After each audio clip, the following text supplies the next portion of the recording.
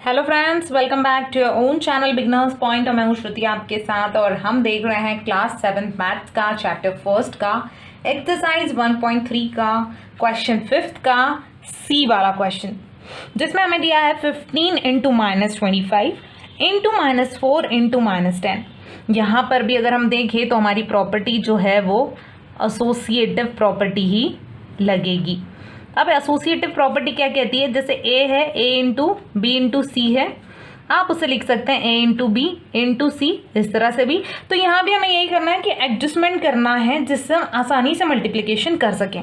तो यहाँ क्या होगा, हम अगर 15 को अलग रख दें, सिर्फ जैसे हम लिखते हैं 15 इंटू, और ये बाकी टर्म्स को हम एक ब्रैकेट में ले लें, जैसे -25 इंटू -4 इंटू -10। ये क्या हो गया, सारी माइनस की टर्म्स को भी हमने एक साथ ले लिया। अब हम क्या करेंगे, 15 यहीं रखते हैं, और अब अगर हम देखते हैं तो 25 4 आप चाहें तो यूं ही कैलकुलेशन कर सकते हैं कि 25 4 100 होता है, और अगर आपको टिपिकल लगता है तो आप प्रॉपर मल्टीप्लिकेशन करके देख सकते हैं। 25 4 होता है 100, तो अगर मैं लिखती हूँ यहाँ 100 और ये दोनों माइनस साइन, तो यहाँ क्या हो जाएगी, प्लस हो जाएगी, इंटू -10 तो एज इट इज रहेगा अभी। अब हम क्या करेंगे, 15 यहीं पे ऐसे ही रहेगा, 100 इंटू -10। अब 100 में 10 को मल्टीप्लिकेशन करेंगे तो बहुत ही आसान है, 100 1 100 होता है, और ये एक जीरो इस पे लग जाएगा, माइनस की साइन एक ही है, तो ये हमारे आंसर पे आएगी। अब हम क्या करेंगे, 15 से ये पूरे टर्म्स को, ये एक राउंड फिगर मिल गई, तो ये करना बहुत आसान है। तो 15 इंटू 1000, ये हो गया 15,000, और साइन एक ही है, तो ये हमारे आंसर पर आएगी। मतलब 15,000 जो है -15,000, ये हमारा आंसर है। आप अगर दो दो की पेयर करके या एक एक मल्टीप्लिकेशन करेंगे तो भी यही आंसर आएगा, लेकिन हमने हमारी प्रॉपर्टी लगा दी जिसके कारण ये बहुत ही आसानी से सॉल्व हो गया। नेक्स्ट क्वेश्चन है हमारा डी, जिसमें हमें क्या दिया है, -41 इंटू 102। अब ये थोड़ा सा राउंड फिगर से ऊपर है, तो ये हमारे लिए थोड़ा मुश्किल हो सकता है। तो हम ऐसी कोई मतलब इस तरह से इस 102 को डिस्ट्रीब्यूट करें जिससे हमारे को एक राउंड फिगर मिल जाए और उससे हमें मल्टीप्लाई करना आसान हो जाए। तो यहाँ पर हम क्या कर सकते हैं, -4 इंटू -41 है सॉरी, इंटू अगर मैं ये 102 को 100 + 2 लिखूँ तो भी चल सकता है, 100 + 2 दैट इज 102। तो ये मैंने लिख दिया। अब मैं ऐसे मल्टीप्लाई करूँगी तो कैसा रहेगा, अगर मैं ऐसा करती हूँ कि -41 को 100 से मल्टीप्लाई करती हूँ और दूसरे इसमें -41 से 2 को मल्टीप्लाई करती हूँ। यहाँ मैंने कौन सी प्रॉपर्टी लगाई है, डिस्ट्रीब्यूटिव। अब यहाँ क्या कर दिया, मैंने इस नंबर को डिस्ट्रीब्यूट कर दिया, इसे दे दिया दोनों तरफ से डिस्ट्रीब्यूट करके। अब मेरे लिए बहुत आसान है इसे मल्टीप्लाई करना। अगर आप -41 को 100 से मल्टीप्लाई करते हैं तो देखिए 41 को 100 से तो कितना आ गया, 4100, और माइनस की साइन एक ही है, मतलब ये साइन तो यहाँ लगेगी ही लगेगी। प्लस मैं अगर 41 को 2 से मल्टीप्लाई करती हूँ तो ये ओरली आप कर सकते हैं, नहीं आता है तो इसका मल्टीप्लिकेशन भी बहुत बड़ा नहीं आएगा। तो 41 को 2 से करूँगी तो ये आएगा 82, जो कि आएगा माइनस, क्योंकि एक साइन है यहाँ पर माइनस की। अब अगर मैं ऐसा करती हूँ, ये भी माइनस है ये भी माइनस है, दोनों माइनस का एडिशन करती हूँ तो आएगा 4182, और माइनस माइनस है तो यहाँ पर माइनस रहेगा, क्योंकि एडिशन में माइनस कट नहीं होता। जब यहाँ पर मल्टीप्लिकेशन होता तो ये माइनस कट हो जाता, लेकिन मल्टीप्लिकेशन नहीं है, यहाँ पे एडिशन है, तो 4182 ये हमारा आंसर आएगा माइनस में। नेक्स्ट क्वेश्चन हमारा है ई वाला, जिसमें हमें दिया है 625 इंटू -35 प्लस -625 इंटू 65। यहाँ पर हमें दोनों टर्म से, आप क्वेश्चन से ही समझ सकते हैं कि यहाँ पर क्या हो रहा है, 625 दोनों ही टर्म में कॉमन है। तो यहाँ पर हम क्या करेंगे, डिस्ट्रीब्यूटिव प्रॉपर्टी लगाएंगे, क्योंकि इसमें दो चीज़ें कॉमन है। तो इसमें हम क्या करेंगे, 625 को हमने कॉमन ले लिया, 625 को दोनों में से कॉमन ले लिया, तो यहाँ क्या बचा, -35, इनके बीच में मल्टीप्लिकेशन है तो ये -35 रहेगा, प्लस ये -1 इसका बचा हुआ है जो हम इस पर लगा दें तो -65 हो गया। इस तरह से अगर हमने इसे लगा दिया तो अब हमें इन दोनों को क्या करना है, पहले सॉल्व करना है और उसके बाद हम 625 से उसे मल्टीप्लाई करेंगे।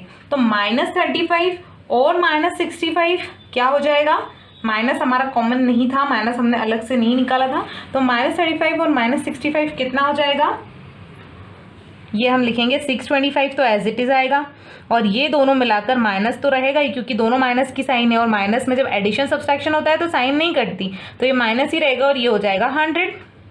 दोनों का एडिशन 100 आता है और माइनस की साइन तो आएगी। मतलब आंसर हमारा क्या आएगा 625 100 मतलब 625 को 100 से मल्टीप्लाई करेंगे तो 62500 और माइनस की साइन तो आनी ही है क्योंकि एक ही साइन है। नेक्स्ट हमारा क्वेश्चन है 7 × 50 - 2। अगर हम इस तरह से करते हैं तो अब हमारा किस तरह से आएगा, हमको यहाँ पर भी क्या दिया है इन्होंने, डिस्ट्रीब्यूटिव प्रॉपर्टी ही दी है, डिस्ट्रीब्यूटिव ही आएगी। अब हम क्या करेंगे 7 से 50 - 2 आप कर लेंगे तो 48 आएगा, जिससे मल्टीप्लाई करना थोड़ा सा मुश्किल हो सकता है तो हम क्यों ना इसे सेपरेट कर दें। मतलब अगर मैं ऐसा कर दूं कि 7 से 50 को भी मल्टीप्लाई करूं -7 से -2 को भी करूं, ये माइनस यहाँ पर दिया हुआ है तो 7 से -2 को भी करेंगे, प्लस करेंगे हम इसके बीच में यहाँ प्लस आएगा क्योंकि माइनस की साइन जो है वो 2 के लिए है। तो अगर हम इस तरह से करते हैं तो 7 को 50 से मल्टीप्लाई करेंगे मतलब 7 5 × 35 और ये 0 उतार लिया, प्लस 7 2 × 14 होता है तो ये 14 तो लिखा लेकिन माइनस की साइन भी आएगी। अब इन दोनों को आप सॉल्व कर सकते हैं। 350 में से आप अगर 14 को माइनस करेंगे तो कितना बचेगा, और जो कि आपको प्लस और माइनस है मतलब साइन क्या होगी, जब एक नंबर प्लस एक नंबर माइनस है तो यहाँ पर सब्सट्रैक्शन होता है और साइन हमेशा बड़े नंबर का लगता है। तो यहाँ पर सब्सट्रैक्शन करेंगे तो 350 में से अगर 14 जाती है तो यहाँ पर बचेगा 336 और माइनस की साइन आएगी या नहीं आएगी, क्योंकि माइनस की साइन अगर आप आएगी तो ये छोटा नंबर है लेकिन हमारे बड़े नंबर की साइन प्लस है तो 336 जो है वो हमारा आंसर होगा। अगर आप इसे 7 से 50 - 2 48 भी करेंगे तो आपका आंसर 336 ही आएगा। नेक्स्ट क्वेश्चन है हमारा 17 × -29। अब ये दोनों नंबर थोड़े से हमें जामलिंग जैसे लग रहे हैं, इन्हें डायरेक्टली मल्टीप्लिकेशन करेंगे तो हमें एक लॉन्ग कैलकुलेशन करना पड़ेगा। पर अगर हम यहाँ भी डिस्ट्रीब्यूटिव प्रॉपर्टी लगा दें अगर तो क्या होगा, डिस्ट्रीब्यूटिव प्रॉपर्टी लगाएंगे तो -17 तो हम ऐसे ही रहने देते हैं, और हम -29 को हम कैसे लिख सकते हैं, तो हम 30 और 1 लिख सकते हैं। मतलब 30 - 1 करेंगे तो क्या होगा 29 होगा, और हम माइनस हमें चाहिए तो ठीक है माइनस भी हम अलग रख देते हैं और 29 को हम लिख देते हैं 30 - 1। अब ठीक है 30 - 1 मतलब 29 और ये माइनस की साइन भी इसे दी हुई है। अब हम इंडिविजुअल एक एक नंबर जो है वो 17 के साथ मल्टीप्लाई करेंगे, मतलब ये -17 है और ये -30 को दे देते हैं हम, और ये माइनस माइनस प्लस हो जाएगा तो इनटू -30 करेंगे, और नेक्स्ट टर्म में यहाँ हम क्या करेंगे प्लस हो जाएगा तो ये होगा -17 × 1। इस तरह से हमने कर दिया। अब इसका कैलकुलेशन हम कर सकते हैं आसानी से। तो यहाँ क्या हो जाएगा 17 को 30 से मल्टीप्लाई करना है तो 17 3 × 51 होता है, 0 हमने लगा दिया, दोनों माइनस है तो ये प्लस हो जाएगा, प्लस 17 1 × 17 लेकिन माइनस की साइन है एक यहाँ पर तो ये साइन लगेगी हमारे आंसर में। अब हम इसे क्या करेंगे, एक प्लस एक माइनस है मतलब हमें क्या करना है इसमें सब्सट्रैक्शन करना है और साइन बड़े नंबर की लगाना है। तो 510 में से 17 गई तो कितनी बचेगी, ये आएगी करीब 493 होगा, और साइन हमारी माइनस आएगी प्लस ही आएगी क्योंकि बड़े नंबर की साइन प्लस है, तो 493 जो है ये हमारा आंसर होगा। नेक्स्ट हमारा क्वेश्चन है -57 × -19 + 57। अब इसमें क्या होगा कि अगर मैं 2 की पेयर बनाऊं तो ये 57 तो अकेला है, पर इससे मुझे किसी के साथ पेयर करना है तो मैं 57 1 कर सकती हूँ, मतलब मैं यहाँ पर डिस्ट्रीब्यूटिव ही प्रॉपर्टी लगाऊंगी। इसमें क्या करूँगी -57 × -19, ये तो ऐसे ही रहेगा, और ये वाला जो 57 है इसको मैं × 1 कर सकती हूँ क्योंकि 57 1 × 57 ही होता है, तो ये मैंने 1 ले लिया। अब मैं इन दोनों में कॉमन निकाल सकती हूँ 57, तो मैं क्या कर रही हूँ इन दोनों में मैंने 57 को कॉमन निकाल लिया। तो यहाँ पर क्या बचेगा, ये -19 और ये +19 हो जाएगा, और यहाँ पर 57 कॉमन निकाल लिया है तो ये +1 हो जाएगा, राइट, 19 + 1। अब ये क्या हो जाएगा 57 तो एज इट इज़ आएगा, और 19 + 1 मतलब 20 हो जाएगा।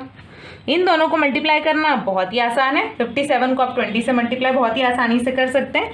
तो यहाँ क्या हो जाएगा 7 2 × 14 कैरी 1, 5 2 × 10 + 1 11 114 और ये 0 हमारा आ जाएगा, 1140 हमारा आंसर है, क्योंकि दोनों ही नंबर पॉजिटिव है तो माइनस की साइन का कोई सवाल ही यहाँ नहीं उठता। तो इस तरह से ये वाला जो इस क्वेश्चन था कि हमें प्रॉपर्टीज़ को लगाकर इन्हें सॉल्व करना है, तो इस तरह से हमने प्रॉपर्टीज़ का यूज़ करके इन प्रॉब्लम्स को सॉल्व किया है। यहाँ तक ये वीडियो कंप्लीट होता है। फर्दर क्वेश्चंस के लिए मेरे अगले वीडियो देखना ना भूलें। Thank you so much, thanks a lot.